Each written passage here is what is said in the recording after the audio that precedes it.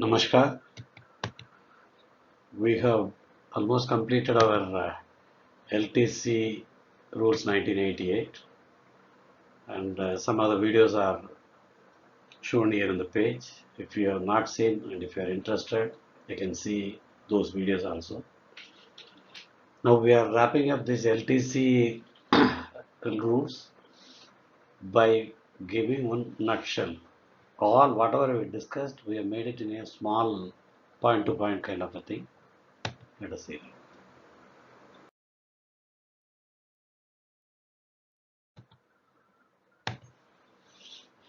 Please check your eligibility with reference to service record before applying for LTC.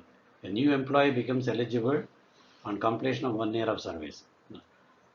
LTC to hometown can be availed once in a block of 2 years, and LTC to any place in India may be availed once in a 4 year block.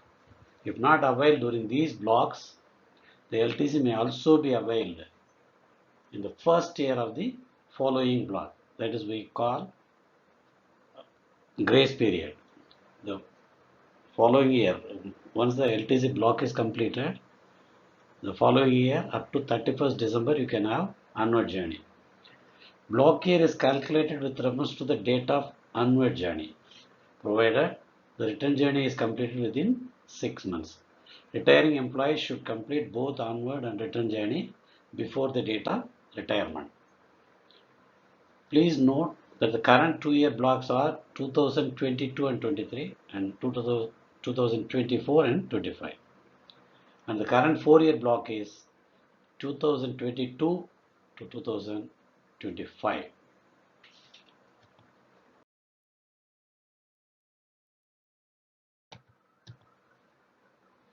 In case of fresh recruits, that is direct recruited employees, first time being appointed in government, LTC to hometown is allowed on 3 occasions in a block of 4 years and to any place in India on the fourth occasion. Like that, 2 times they can do for 8 years. This facility is available to the fresh recruits only for the first two blocks of 4 years as personal to them, applicable after joining the government service for the first time. Suppose somebody is again appointed on direct recruitment, yeah, already availed the LTC have to be taken into account. We have discussed in the relevant video all these things in detail. The journey on LTC are to be undertaken in the entitled class of the government servant in public or government mode of transport. Train is government mode. Bus also you have to travel by government bus only. And of course for air travel now it is allowed by all private airlines. It's only the condition is lowest best available fare. We have discussed separately. Travel by private modes of transport is not allowed on LTC. However, when a public transport is not available, assistance, that is LTC, shall be allowed for the private transport subject to the certification from an appropriate authority, that is state transport authority, that no other public or government mode of transport is available for that particular stretch of journey, and these private modes operate on a regular basis from point to point with the specific approval of the state government or transport authorities concerned and are authorized to ply as public carriers. Under these circumstances, travel by private transporter is also allowed. So all these certificates you'll have to get, you have to think carefully on this point.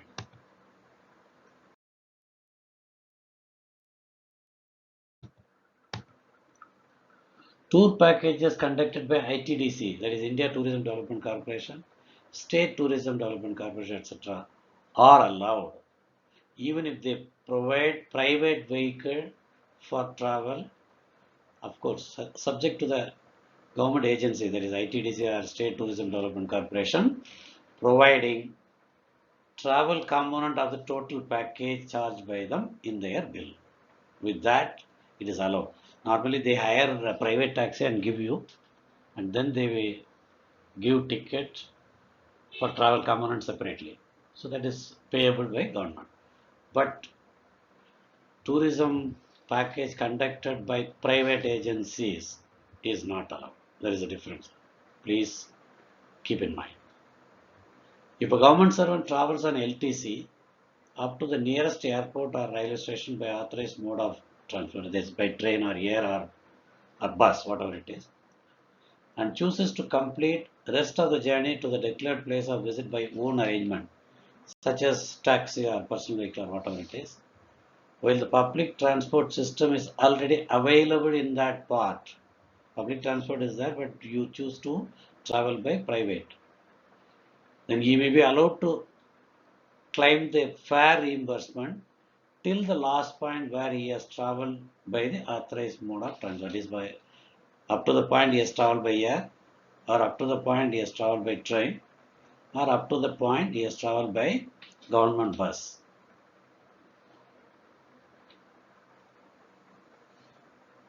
This will be subject to the undertaking from the government employee that he has actually traveled to the declared place of visit and is not claiming the fare reimbursement for the part of journey performed by the or private owned or operated vehicle. That whatever stretch he has not used government mode, he can forego. This is a new relaxation. Earlier time, such usage of private vehicle for a particular stretch, the entire LTC will become forfeited rather. They will not allow. Now they have relaxed. Up to the point you have traveled by air or train or government bus is allowed on certain certificate as given here.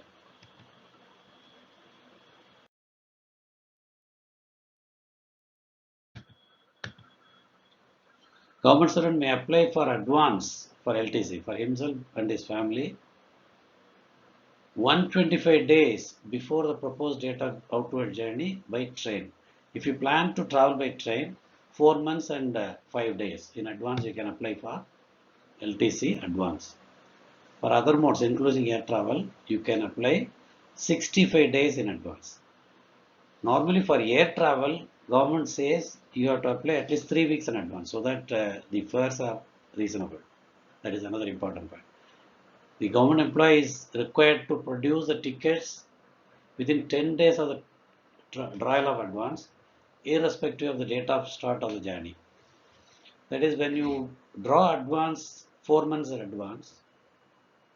So you have to submit the ticket, copy of ticket within 10 days of taking the advance. Afterwards, you can settle it after coming back. Reimbursement under LTC scheme does not cover incidental expenses and expenditure incurred on local journeys. Reimbursement for expenses of journey is allowed only on the basis of a point-to-point journey on a through ticket over the shortest direct route. Suppose somebody wants to travel from Delhi to Trivandrum. So you can't go to roundabout route and all. And the train fare or flight fare between Delhi and Trivandrum only will be paid. All other incidentals, local journey, nothing will be paid. Of course, for that you can take yield encashment on LTC or you have to manage from your own pocket. Now, the time limit for submission of LTC claim is within 3 months of completion of return journey if no advance is taken. Within 1 month of completion of return journey if advance is taken. If we do not stick to this time, we will forfeit the LTC claim. Assuming that you have taken advance, but within 1 month we have failed to submit settlement within 1 month of the return journey, we will not only forfeit the LTC, the advance will be recovered with penal interest.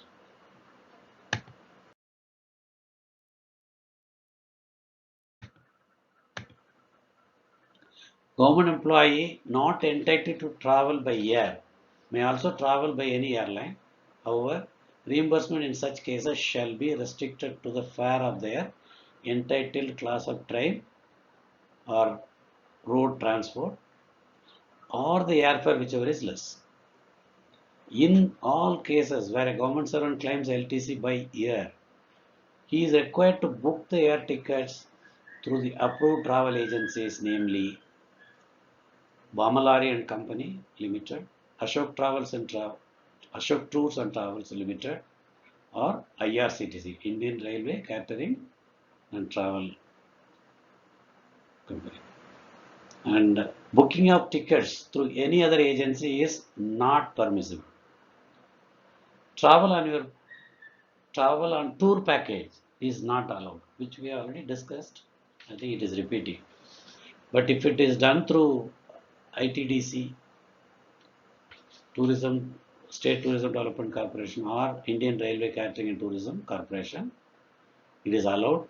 But they will give ticket for travel component clearly.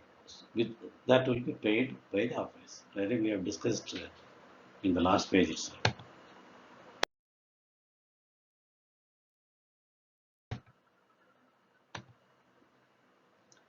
LTC is admissible to an escort accompanying a single handicapped employee. That is, if a government employee is handicapped, that he cannot travel on his own, and if he is married, then wife will become escort. Assuming that wife is also handicapped, so you can take an escort, provided the nature of physical disability is such as to necessitate an escort, that he cannot travel alone. That's as simple as that. And the physically handicapped employee does not have an adult family member to support him. If it is a married person, son or daughter, who can travel, if they are not there, any outside person can be taken as escort. And one more point, along with him, no other government employee who is entitled to travel LTC is not accompanied. In case a group of people are going, and in that government servant, some other government servant is there, then they will support him. So there is no case for taking escort. For such arrangements, on each occasion, a prior approval of head of the department should be obtained. So these are the conditions. Under these conditions, a physically handicapped employee can take somebody as escort and claim for him also, even though he may not be part of the family. If family members stay away from government servant, they can avail from their place of residence to the intended place of visit. Suppose somebody is working in Delhi and his family is in, say, Chennai. Now, the government servant wants to visit Port Blair, let us say. So, Delhi to Port Blair, government servant can claim, and the family can claim from Chennai to Port Blair. There is no issue. There is no restriction because it is less than the distance is less, and naturally travel fare should also be less. Now, in the same situation, the government employee works in Delhi, his family is in Chennai. Now they plan to visit to Srinagar. Now the family can visit from Chennai, but the travel fare will be restricted of the fare between Delhi and Srinagar. That is the condition here. Now, misuse of LTC is very serious issue. People should not try that. It will result in disciplinary action. Disciplinary action for major penalty can result in even removal. There is a possibility. I don't say that definitely they will remove, but there is a possibility. And when the dispute arises about the genuineness of the LTC claim, during the pendency of the disciplinary action and inquiry, the claim under dispute will be withheld, no payment will be made. Until the inquiry is over, no LTC will be allowed. And after the inquiry, if the employee is not found guilty, that he is not found guilty, the withheld claim will be paid, and any intervening period which he was eligible to avail and was not given will also be allowed to be claimed along with the future LTC.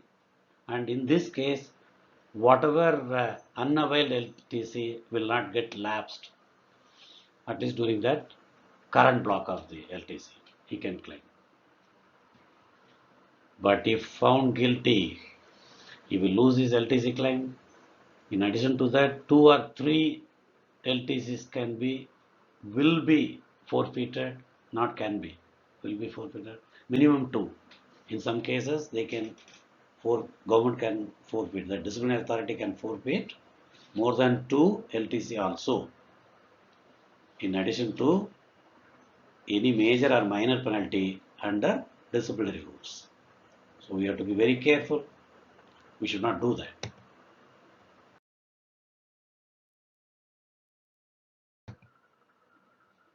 Now, LTC claim settlement for advance and settlement, etc., government has issued some guidelines in 2016.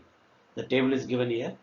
Leave sanction has to be done within 5 working days if the employee is working in the headquarters. There is a situation employee may be working in the field that is away from the headquarters. In such cases, it is 8 days. Sanction of LTC advance and leave encashment should also be done within 5 working days.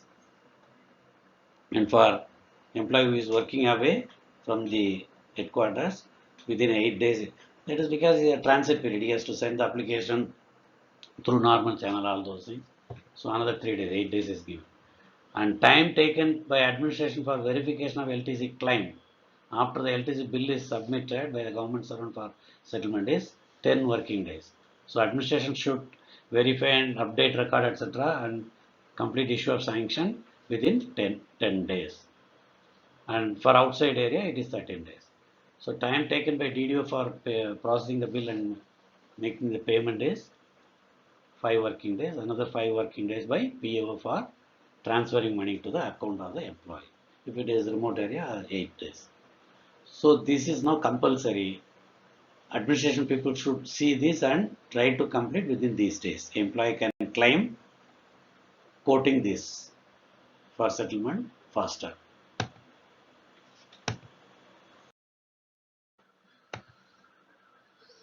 Whenever a government servant applies for LTC, the government servant should be provided with a copy of the guidelines which needs to be followed while availing LTC. Administration has to give guidelines. Now this is the new regulations issued by government. Under CCS LTC rules 1988, government servants are required to inform their controlling officer before journeys, which we already discussed on LTC. But now it has been decided by the government that leave sanctioning authority shall obtain a self-certification from employee regarding the proposed LTC journey. With that, prior intimation is taken care.